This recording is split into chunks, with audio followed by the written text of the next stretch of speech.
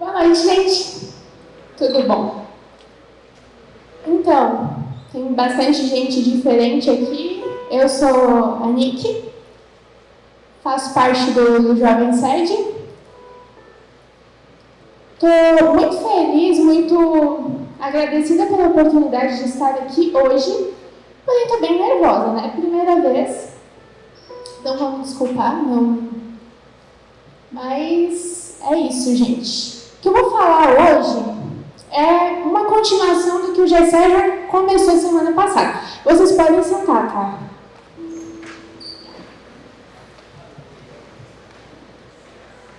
Eu vou começar hoje, vou continuar o que o Gessé já estava falando semana passada. A gente tem um tema esse mês que é imparáveis. E, cara, por incrível que pareça, assim, eu escolhi pelo dia, não pela temática, e é uma coisa que Deus tem trabalhado em mim faz cerca de 1 ano, que Ele tem pego mais especificamente nesse ponto, né? Nunca me considerei, assim, uma pessoa muito persistente, mas ok, isso é outra história. E, enfim, esse tema ele veio ao meu encontro cerca de 1 ano atrás, como eu já falei, quando eu estava escutando uma música. Uma música que, sei lá, para muitos não vai falar nada, ela não é uma composição cristã, enfim, eu não estou dizendo aqui, né, escute música secular sem filtro nenhum, não estou dizendo escute o outro eu, mas, enfim, foi uma música do outro eu que diz assim: quero estar perto de ti para o amanhã nascer. Quero estar perto de mim para amanhã nascer de novo. Pode não falar nada para ninguém aqui, mas o que Deus trabalhou naquele dia comigo foi que antes foi a construção da música, que ela é bem poetizada. Mas a construção dela, quero estar perto de ti. Primeiro ele coloca um ti. Provavelmente não era Deus a quem o autor estava se referindo, mas ele falou comigo dessa forma. Quero estar perto de ti para o amanhã nascer. Quero estar perto de mim. O que me levou o que me foi revelado naquele momento? Que eu precisava estar mais perto de Deus para encontrar nele a minha identidade. E, assim, eu já queria que vocês abrissem no livro de Filipenses, no capítulo 3 e versículo 4, que a gente vai estar lendo depois. Então, toda essa revelação do quero estar perto de ti, isso foi me movendo, que desde aquele dia eu comecei a escrever um texto e não terminei até hoje, porque ele ainda está sendo construído. E isso me levou também outra composição não cristã. Não estou dizendo que o autor do Rei Leão ele era cristão, porém aquele filme ele me trouxe uma revelação de que todo mundo já viu o Rei Leão, né? Senão, desculpa a alerta de spoiler. Então, tinha um leãozinho lá, o Simba, que ele saiu de casa. Encontrou aqueles 2 personagens que às vezes são os que a gente mais gosta, Timão e Pumba.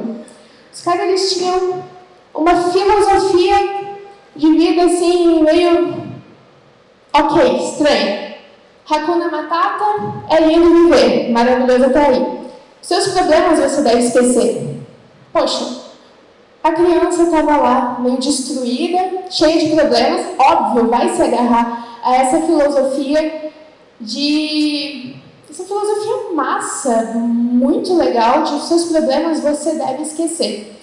Então ele passa a viver a vida dele de forma bem infantil até. Ele era criança, né? Mas os caras não eram. Ele passa a viver a vida dele de forma bem infantil, buscando somente o prazer, buscando satisfação em tudo que ele procurava. Ele buscava as melhores larvas, o melhor lugar para se divertir, enfim. E aí vai passando o tempo, ele já é leão, adulto, com juba, e continua nessa mesma vida vazia, sem sentido. Até que um dia dia chega aquele macaco, sabe, que mais parece um profeta, bate na cara dele e fala: cara, acorda, você não nasceu para aproveitar a vida, você nasceu para reinar. Ele fala: não, tu não conhece meu passado, tu não sabe o que eu fiz, o que aconteceu, meu pai morreu, eu não vou reinar agora. O macaco olha para ele e fala: eu vejo teu pai, eu sei onde ele está. Ele: tu sabe? Levou ele até o rio, só que no lago ali era um espelho. Quando o Simba olhou para o espelho, foi: não, esse é o meu reflexo. E o macaco voltou a falar para ele, só que mais forte: não, eu vejo o teu pai aí.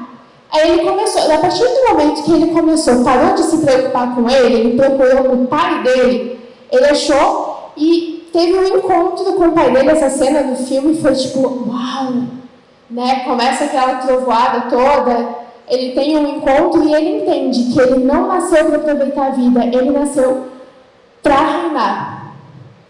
E reinar, eu não quero dizer que você nasceu para... Entenda como se você fosse um leão, tá? Eu não quero dizer que você nasceu para assumir postos de governar lugares, não. O reinado, segundo a Bíblia, o reinado bíblico é de servir. Você nasceu para servir. Você não foi feito para aproveitar a vida, você foi feito para entregar a vida.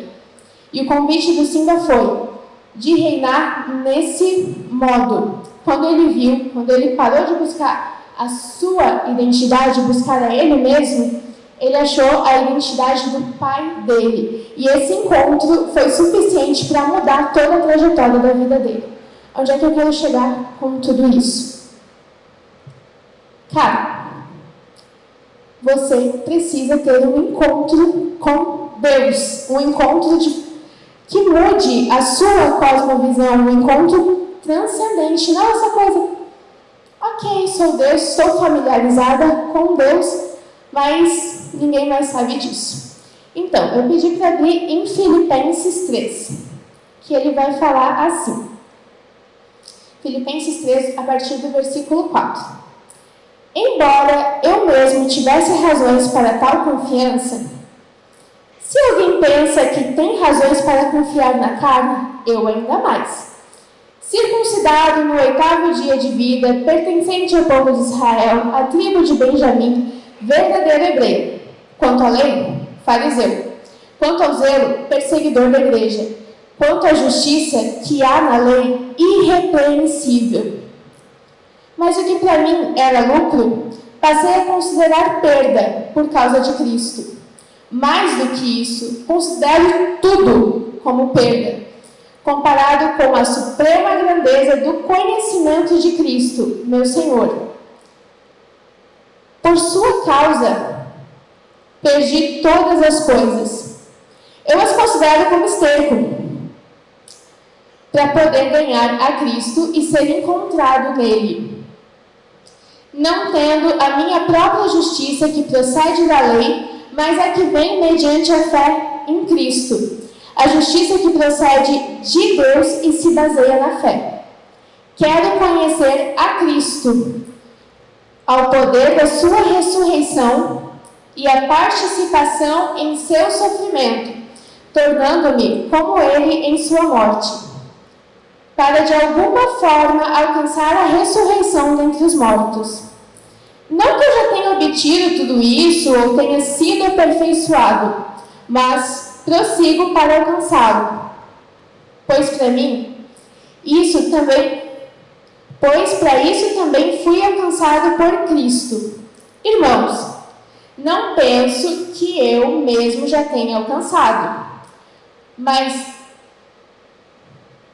uma coisa faço, esquecendo-me das coisas que ficaram para trás e avançando para as que estão adiante. Prossigo para o alvo, a fim de ganhar o prêmio do chamado celestial de Deus em Cristo Jesus. Todos nós que alcançamos a maturidade devemos ver as coisas dessa forma. E se em algum aspecto vocês pensam de modo diferente, isso também Deus me esclarecerá. Então, somente vivamos de acordo com o que já alcançamos.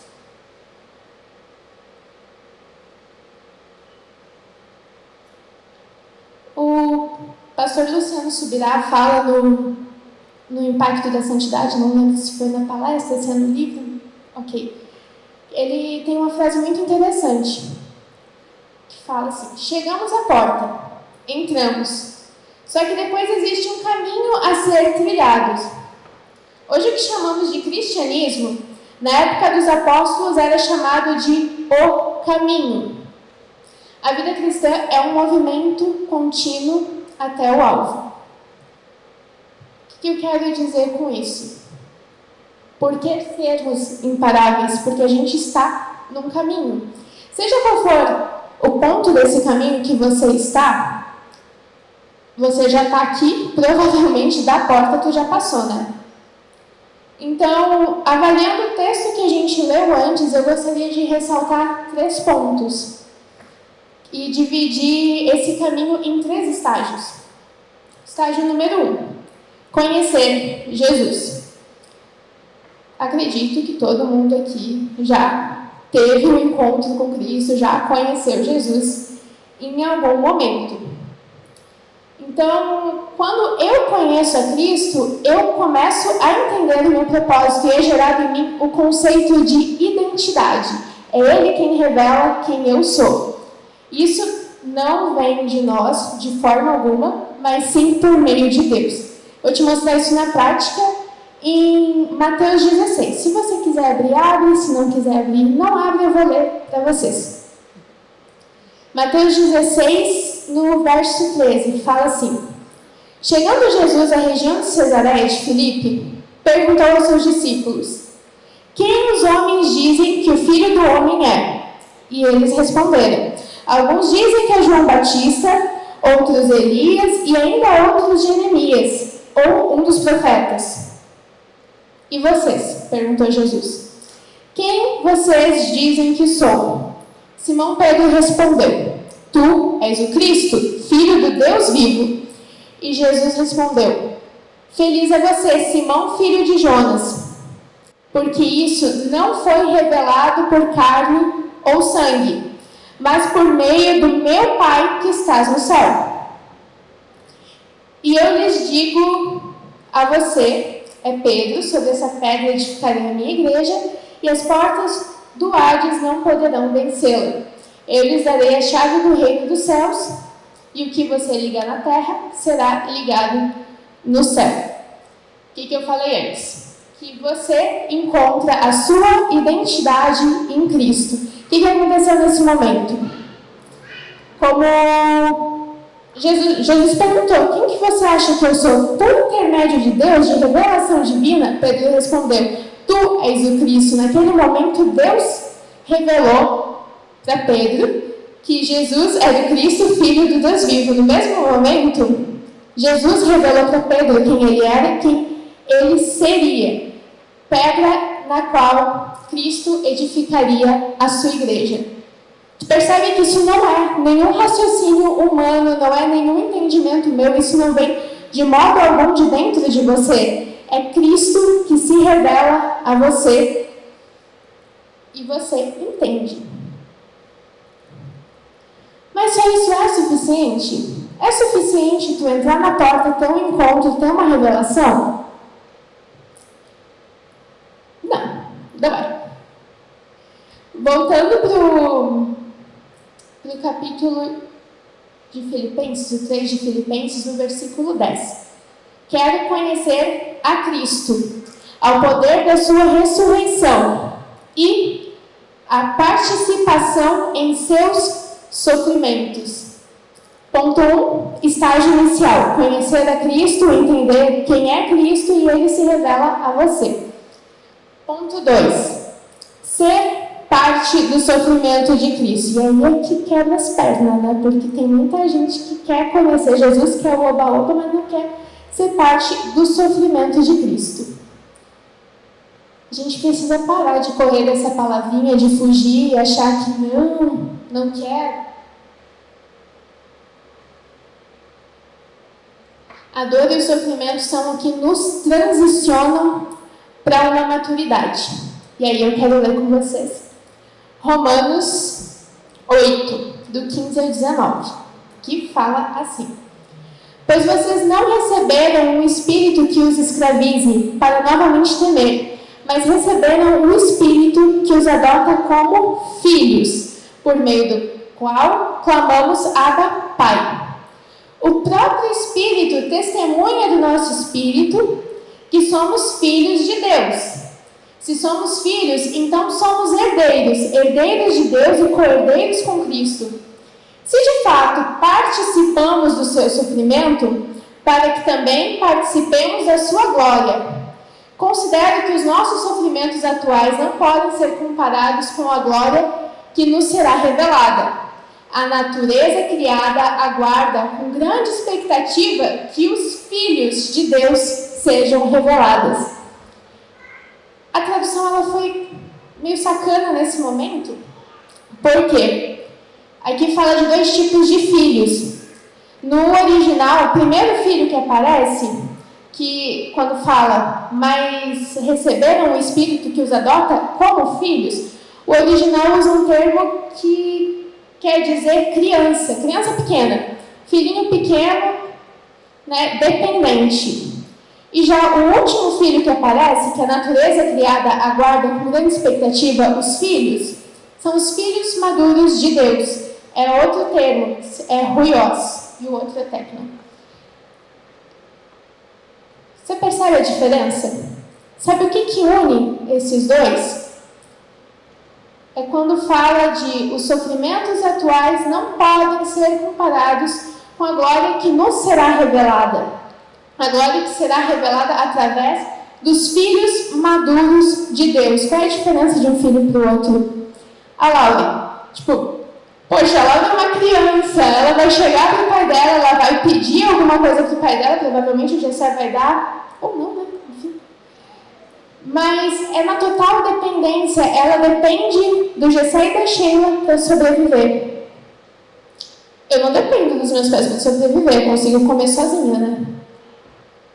Eu posso dizer que, posso comparar os estágios da pessoa que bateu na porta, que foi adotada, com uma criança que acabou de ser adotada e que é total dependente do seu pai. Ela veio falando dela e veio aqui. E eu me perdi. Tá, enfim. A diferença desses filhos é que a criança pequena ela não tem noção de responsabilidade.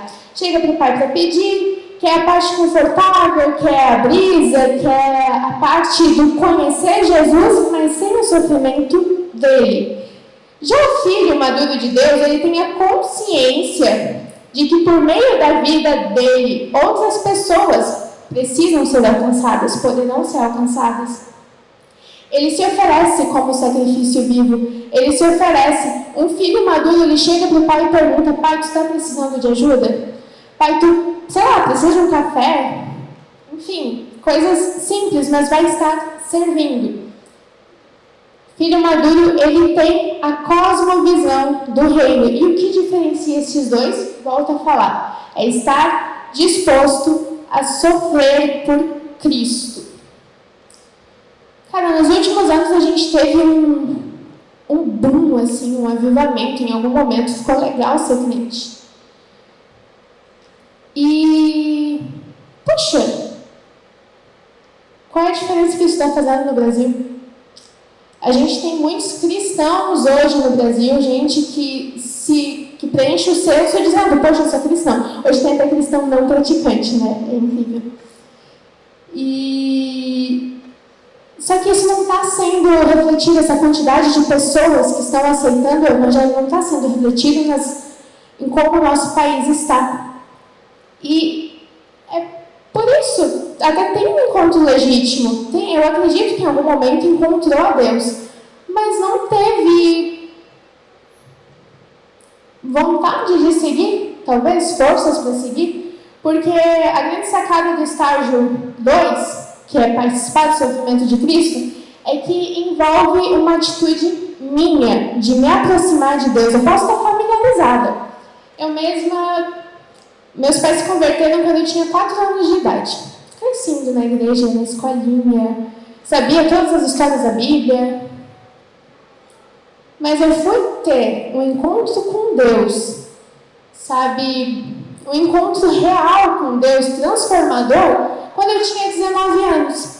Antes eu estava familiarizada com Deus, com a ideia de Deus, quem seria Deus, que eu vinha nos cultos, me considerava cristã, mas eu não tinha nas minhas atitudes, nas minhas práticas, a atitude de filho maduro de Deus. Então eu cresci em estatura, mas não em espírito, digamos assim. E eu queria ler com vocês mais um texto, ou para vocês, né? Em 2 Coríntios 3,18, que diz: E todos nós, com a face descobertas, contemplamos a glória do Senhor. Segundo a sua imagem, estamos sendo transformados com glória cada vez maior, ou em outras traduções, de glória em glória, a qual vem do Senhor, que é o Espírito. Então, gente, por que a gente não se desenvolve, não tem noção de fazer parte do que é fazer parte do corpo de Cristo, do sofrimento dele? Porque a gente não está se guiando pelos exemplos corretos. O que esse texto fala? Todos nós, com face descobertas, contemplamos a glória do Senhor. Eu acho que é o Douglas Gonçalves que fala: visite muitos livros, mas more na Bíblia. É o basicão, sabe? Tipo, a gente contempla a face de Deus, estando perto da palavra dele, se desenvolvendo na palavra dele. E de glória em glória. Glória em glória tem a ver com processos, com crescimento. A gente está numa caminhada. Então, é preciso estar se movendo, né? Para continuar nesse caminho. E fala também da glória em glória, da qual vem do Senhor. É Ele o modelo que precisa ser copiado. Do texto de Filipenses que a gente leu antes, Paulo vai continuar no versículo 17. Irmãos, sejam meus imitadores e observem os que vivem segundo o exemplo que temos dado a vocês, pois muitos andam entre nós, dos quais repetidas vezes eu lhes dizia, e agora digo até chorando, que são inimigos da cruz de Cristo. Não é todo exemplo que a gente segue, não é com toda pessoa que a gente vai tomar conselhos. Cara, cuidado com influências, cuidado com influenciadores. E se está muito fácil, né? Se está muito confortável, o cristianismo confortável é para se desconfiar. E Pedro também faz um alerta, porque às vezes a gente fica muito confiante, sabe, de quem nós somos, da onde a gente está, e acabamos ficando não mais dependentes da graça de Deus, mas dependentes do que a gente acredita. Acaba que a gente começa a traçar mais leis na Bíblia do que realmente existem. Então Pedro ele faz o seguinte alerta, em 1 Pedro capítulo 1, versículo 13. Por isso, preparando o seu entendimento, sejam sóbrios e esperem inteiramente na graça que lhe está sendo trazida. De novo, na revelação de Jesus. Como filhos obedientes, não vivam conforme as paixões de vocês que vocês tinham anteriormente, antes do encontro, quando ainda estavam na ignorância. Pelo contrário, assim como é santo aquele que os chamou, sejam santos, porque está escrito: sejam santos, porque eu sou santo. Chamado geral, assim, de Jesus, todos nós, sejam santos. Eu acho que é na primeira, na segunda carta de Coríntios que vai falar isso, bem no comecinho da carta. E sejam santos, é um convite à santidade, né? Então, a partir deste momento, entra o estágio 3. Primeiro estágio, conhecer a Jesus, entrar pela porta. Segundo estágio, participar do sofrimento com ele. Quem participa do sofrimento com ele? Os filhos maduros que estão em desenvolvimento, trilhando o caminho. Terceiro estágio, me tornar como Cristo, usufruir da promessa dele, de que ele voltaria e ressuscitaria os mortos, assim como vai falar em Filipenses 3:10. Quero conhecer a Cristo, ao poder da sua ressurreição e a participação dos seus sofrimentos, tornando-me como ele em sua morte, para de alguma forma alcançar a ressurreição dentre os mortos.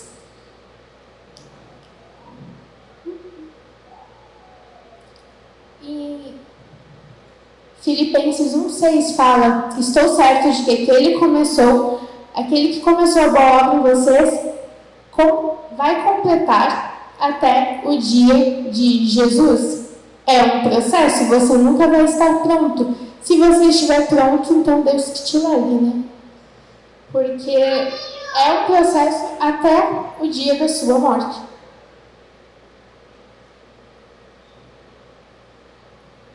E o objetivo dessa trajetória é a promessa de Cristo, é a esperança da salvação. Isso é possível por meio dele. O primeiro texto de Filipenses que eu li, nos versículos 14, 15 e 16, vão falar o seguinte: prossigo para o alvo, a fim de ganhar o prêmio do chamado celestial de Deus em Cristo Jesus. Todos nós que alcançamos a maturidade devemos ver as coisas dessa forma. E se em algum aspecto vocês pensam de modo diferente, isso também Deus lhes esclarecerá. Então somente vivemos de acordo com o que já alcançamos. Tem uma outra tradução que fala: vivam de acordo com o que você já alcançou. O que eu entendo disso é: não volta atrás, permanece firme, sabe? Esteja firme, até porque ele mesmo já te disse que completaria a obra em você. Ele estaria ali te auxiliando em todo o processo. Então, de nada adianta você sem parar, você estiver indo para o lado errado, para o caminho errado. Já peguei ônibus trocado. Gente, a coisa mais horrível, parecia que estava indo para o caminho certo. Aí chegou num ponto, passou do ponto onde eu tinha que descer e ele seguiu. Eu queria muito que ele parasse, mas ele estava literalmente imparável, né? Fui chegar no meu trabalho umas 2 horas depois. Eu tive cara de chegar, né? Era a primeira semana de trabalho, foi horrível. Não adianta ser imparável se a gente não sabe para onde vai. Só podemos saber para onde vamos quando a gente sabe quem nós somos. Só sabemos quem nós somos quando encontramos com aquele que nos criou. Afinal, é a nossa origem que define o nosso propósito, né? Só seremos imparáveis quando entendermos que o sofrimento nos desenvolve, nos fortalece e que nós precisamos ser parte deste sofrimento juntamente com Cristo. Que Ele é o exemplo a quem nós temos que seguir sempre. A gente precisa parar de fugir, de nos proteger. Isso não é evangelho, isso não é cristianismo. Lembrando sempre que o Deus que nos chamou estará conosco por todo esse processo, até a conclusão desse processo. Mais um texto, que está em Hebreus 10, 32, que fala: lembre-se dos dias passados, quando, depois que foram iluminados, depois que tiveram entendimento de quem Jesus era, vocês sustentaram grande luta e sofrimento. Em certos momentos vocês foram transformados em espetáculo, tanto para serem insultados quanto para serem maltratados, e em outros vocês se tornaram coparticipantes com aqueles que foram tratados assim. Porque vocês não apenas se compadeceram dos escarnecedores, mas... Não, peraí que eu li tudo errado. porque vocês não apenas se compadeceram dos encarcerados, mas também aceitaram com alegria a expoliação dos seus bens, porque sabiam que tinham um patrimônio superior e durável. Portanto, não percam a confiança de vocês, porque ela tem grande recompensa. Vocês precisam perseverar, para que, havendo feito a vontade de Deus, alcance a promessa, a vida eterna. Porque ainda dentro de pouco tempo, aquele que vem virá, e não irá demorar. Mas o justo viverá pela fé, e se retroceder, dele a minha alma não se agradará. Porém, não somos os que retrocedem para a perdição, mas somos da fé, para a preservação da nossa alma. Cara, esse texto ele já resume tudo que eu já falei. E se eu puder concluir alguma coisa disso, é que a gente tem que parar de ser covarde, de fugir da nossa missão, do que Deus tem falado pra gente, assumir posição de filhos maduros e de querer amadurecer, sabe? Parar de se proteger, de se esconder atrás das coisas, achar que o outro vai fazer melhor ou que eu não tenho utilidade. Sim, se você teve um encontro com Deus, se Deus te escolheu para estar aqui, cara, permaneça firme. Viver o Evangelho, ele tem que ser vivido com 3 qualidades: sem reserva, sem recuar e sem arrependimento. Isso vai nos tornar imparáveis. O que eu tinha para trazer para vocês era isso, hoje. E eu gostaria de orar com vocês. Vocês podem ficar em pé? Orar para que não sejam meras palavras, só mais um encontro do Jovem Side, a gente sai daqui e continua nas mesmas práticas que não refletem nem um pouco a Cristo, mas que nós possamos ser transformados a cada dia, de glória em glória, para estarmos cada vez mais parecidos com Ele. Oramos, gente. Pai, muito obrigada pela oportunidade de estar aqui, pela oportunidade de estar compartilhando a Tua palavra com a Tua igreja, com a minha casa. Senhor, eu te peço que a cada dia a gente possa ser transformados pela glória de quem Tu és, olhando a cada dia para Ti, sempre para Ti, sempre querendo estar perto de Ti. Paizinho, eu te peço por cada um. Não conheço eles não me conhecem, mas não pelo que eu falei hoje, mas pelo que Tu já ministrou no coração deles, que eles estejam cada vez mais perto de Ti e buscando ser filhos maduros na Tua casa, Pai. É o que eu te peço e te agradeço, em nome de Jesus. Amém.